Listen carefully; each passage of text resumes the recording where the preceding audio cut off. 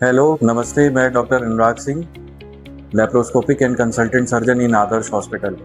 जैसा कि आप पिछले कुछ दिनों से देख रहे होंगे कि मैं रील ज़्यादा हर्निया पे जो बना रहा हूँ। आज हमारे समक्ष एक पेशेंट आई हैं जिनके नाभि के पास हर्निया बना हुआ है, जिन्होंने पिछले 2 साल पहले उन्होंने बाहर लेप्रोस्कोपिक से अपना गॉल ब्लैडर का ऑपरेशन कराया था और वो सही से पोर्ट नहीं बंद होने के कारण वहाँ नाभि पे हर्निया बन गई।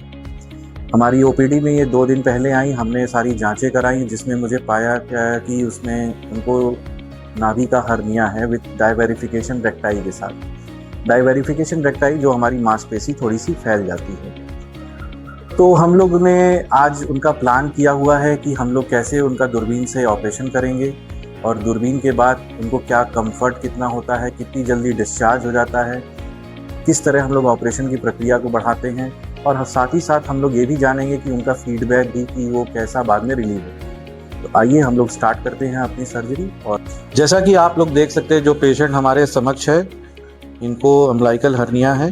जैसा आप खांसिएगा और ये देखिए पैरा अम्बिलिकल हर्निया भी यहाँ से उभर के आ रहा है विद छोटा सा डाइवेरिफिकेशन रेक्टाई भी है।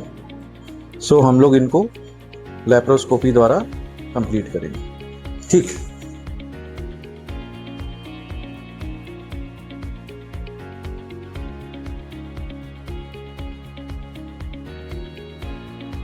सो यू कैन सी कि ये जब हम लोग इसमें पेट में हवा भरे हैं तो हर्निया का उभार कितना बढ़िया निकल के वापस आया हुआ है ना। तो इससे और क्लियर इंडिकेशन है कि हमारा हर्निया किधर है और कितना बड़ा है। So when we enter into the abdomen you can see the clearly defect around 2 into 1 centimeter. Might be this one is a port site hernia which he was operated before for lap cholecystectomy in Mumbai hospital. So we will begin the surgery now. Okay.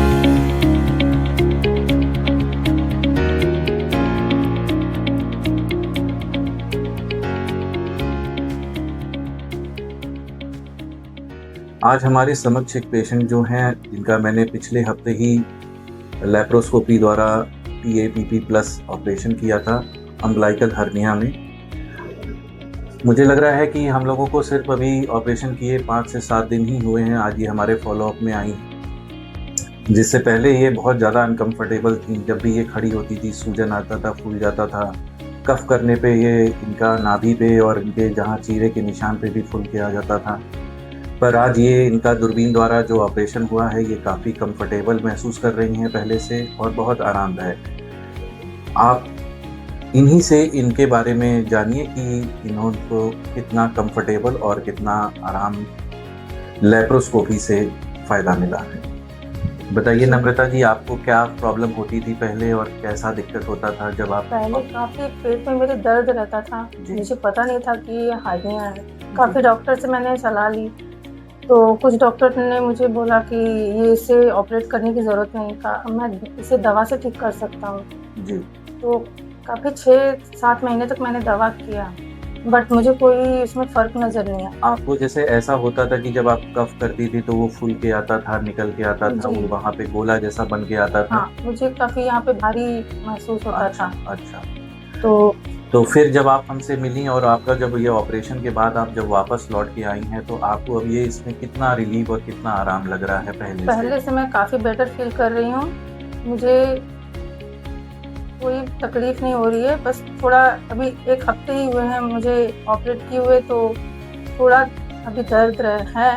बाकी doctor ने बोला है कि ये अभी 1 हफ्ते तक आप बिल्कुल ठीक हो जाएगी। डिफेक्ट का स्ट्रेन रहता है वो, जो कि धीरे धीरे आपको विद इन अ वीक आपको ये नॉर्मल हो जाएगा। तो जैसा कि आप ये देख सकते हैं कि पेशेंट हमारे सामने हमारे समक्ष कितना कंफर्टेबली सिट बैठी हैं। अगर यही हम इनका ऑपरेशन चीरे द्वारा किए रहते या बड़े निशान से होता तो उसमें क्या होता है कि पेशेंट को लगातार फॉलोअप में पट्टी करना पड़ता है, बार बार इनका ड्रेसिंग किया जाता है, वो चीरे को सूखने का टाइम मांगता है। पेशेंट इतना कंफर्टेबली रहती नहीं है, जो कि 1 हफ्ते के अंदर ही अगर आप देखेंगे तो ये बहुत ज़्यादा कंफर्टेबल। टाके कितने लगे थे? मुझे टाके तो नहीं लगे थे इनको कोई भी टाके भी इनको नहीं लगाए हैं ऊपर की तरफ। जो भी स्टिचिंग होती है, जो भी हम लोग सिलाई करते हैं, वो लेप्रोस्कोपी से अंदर की तरफ होते हैं। तो वो जो सिलाई का ही इनको थोड़ा माइल्ड पेन रहता है, वो हल्का इन्फ्लामेशन का पेन रहता है। रेस्ट ये धीरे धीरे विद इन अ वीक ये इनको वो भी पूरा रिलीव हो जाएगा। तो अब आप कंफर्टेबल हैं जी बिल्कुल। और आप संतुष्ट हैं? जी बिल्कुल, बहुत thanks to Anurag sir and thanks to Adarsh hospital कि मैं आज अपने बल पे ठीक हूँ। बेटर फील मैं बहुत बेटर फील कर रही हूँ। जी, थैंक यू सो मच।